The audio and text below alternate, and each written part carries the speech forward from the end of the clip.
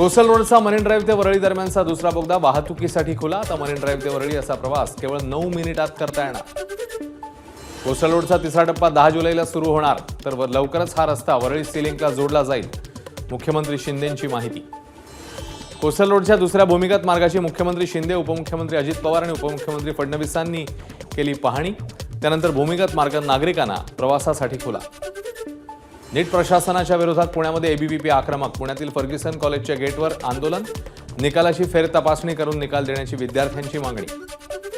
नीट परीक्षेतील गोंधळाविरोधात कोल्हापुरातही अभाविपची निदर्शनं. जिल्हाधिकारी कार्यालयासमोर एकत्र येत नीट परीक्षा देणाऱ्या एनटीए एजन्सीच्या चौकशीची मागणी. नागपूरमध्ये अखिल भारतीय विद्यार्थी परिषदेच्या कार्यकर्त्यांचं आंदोलन. नीटच्या परीक्षेत झालेल्या गैरव्यवहारांची सीबीआय तपासणी करावी, अखिल भारतीय विद्यार्थी परिषदेची मागणी. छत्रपती संभाजीनगर शहरातील क्रांती चौकात नीटच्या परीक्षार्थ्यांची निदर्शनं.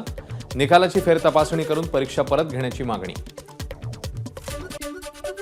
नीट यूजी परीक्षा परत घेऊन विद्यार्थ्यांचं नुकसान टाळावं, धाराशिव जिल्ह्यातल्या विद्यार्थ्यांची जिल्हाधिकाऱ्यांकडे निवेदनाद्वारे मागणी.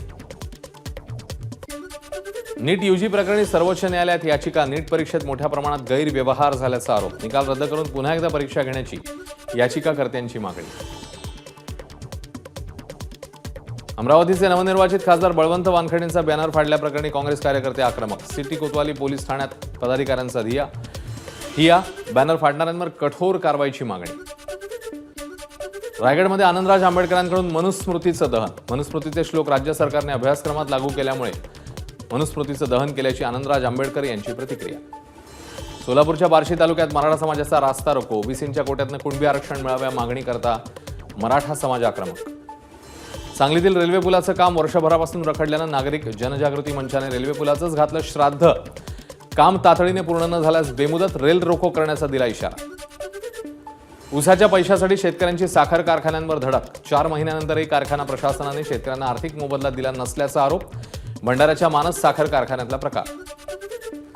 नाशिकमध्ये महाराष्ट्र राज्य रोजंदारी वर्ग 3 आणि 4 कर्मचारी संघटनेचं पुन्हा आंदोलन. प्रशासनाकडून मागण्यांची पूर्तता करण्यास टाळाटाळ होत असल्याचा आंदोलनकर्त्यांचा आरोप. तर आंदोलनात कर्मचाऱ्यांचे कुटुंबीय सामील.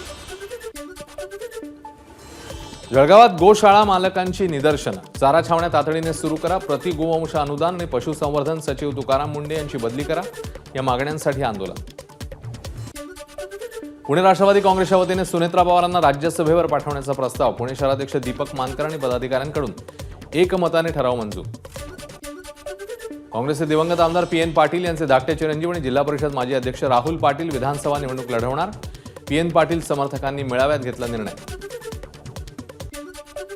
मनोज जरांगे यांच्या भेटीला राष्ट्रवादी शरदचंद्र पवार पक्षाचे आमदार राजेश टोपे अंतरवाली सराटीमध्ये दाखल. राजेश टोपेंनी मनोज जरांगेंच्या प्रकृतीची केली विचारपूस. कोल्हापूर लोकसभा मतदारसंघाचे नवनिर्वाचित खासदार शाहू महाराज छत्रपतींनी घेतली उद्धव ठाकरेंची भेट. मातोश्री निवासस्थानी जाऊन घेतली भेट. उद्धव ठाकरेंनी शाहू महाराजांचं केलं अभिनंदन. यावेळी आमदार सतेज पाटीलही होते उपस्थित. नाशिकच्या मनमाड तालुक्यातील युनियन बँकेतल्या FD घोटाळ्याला वेगळं वळण. संशयिताने विमा कंपनीतही अपहार केल्याची माहिती. घोटाळ्याची रक्कम 3.5 कोटींच्या घरात. पुण्यामध्ये आजही दुपारनंतर मुसळधार. शिवाजीनगर, फर्ग्युसन रोड, आपटे रोडसह अनेक भागात जोरदार पाऊस.